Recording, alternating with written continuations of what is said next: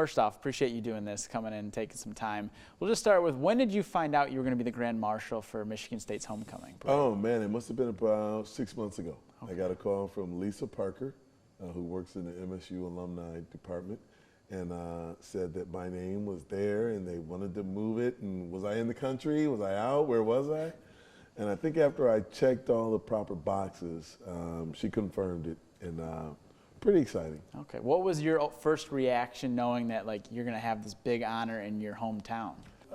It was exactly that. I mean, it was exactly that thought of, it's great to come back to Lansing. I come back and I see family and friends, but to come back with a little bit more of an official hat, representing Michigan State, number one, but also the Lansing community, it was special, and it still is. It's a great feeling. Yeah, you've been all over the world, different countries, Greece, China. You've been a part of the Olympics all across the country here in the United States.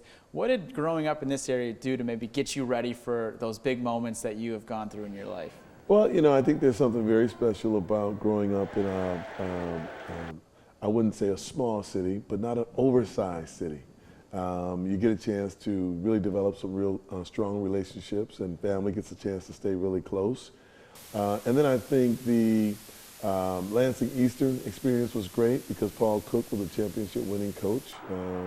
And then having, of course, a chance to go to Michigan State and follow through with some of what Magic and Jay built was incredible in terms of my development for things I've done later in life. Do you have a memory of the homecoming parade at all? Did you ever attend growing up around here? You know what? I've never attended the actual parade. I've been around for homecoming events and obviously some of the games, but I was reading some of the information that I was sent about the crowd size, and sounds like there's going to be like 10,000 plus, and the campus is going to be busy, and so I'm looking forward to that excitement. Okay. What are some of your duties, I guess, as Grand Marshal? Some of my duties, I get to hang around the campus president, the college president. So he's got maybe 3 or 4 events, including his tailgate, that I'll get invited to. I'll do an interview reception over at WKAR on Thursday.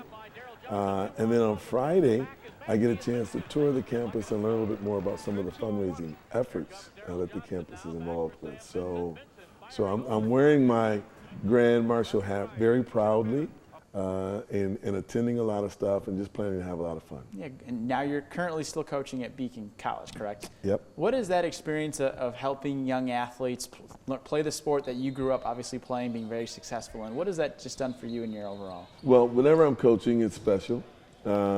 Beacon College is the first 4-year accredited college for students with learning differences.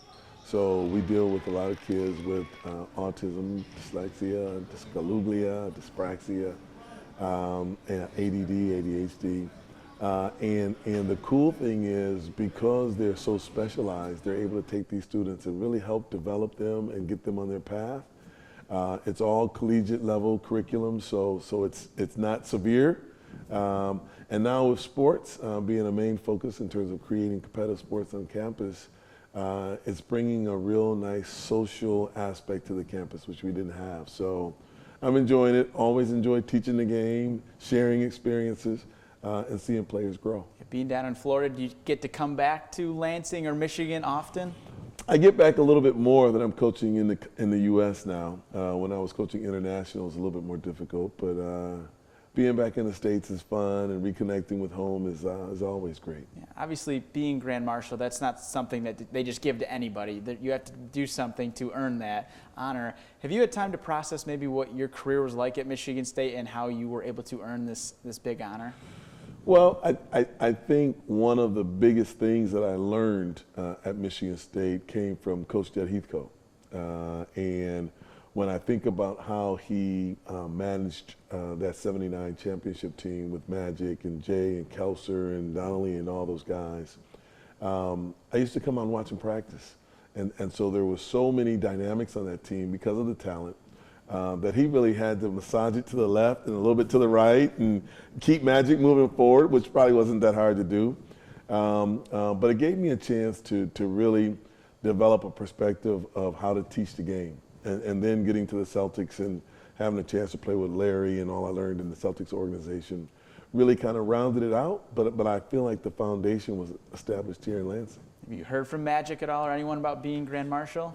I haven't directly talked to Magic, but through one of his teammates at Everett High School, Dale Beard, I got the message that he said congratulations. And, you know, you touched on it, the fact that I feel like Michigan State has kept an eye on the progress and all the coaching, and that is part and parcel of the reason why this opportunity is here.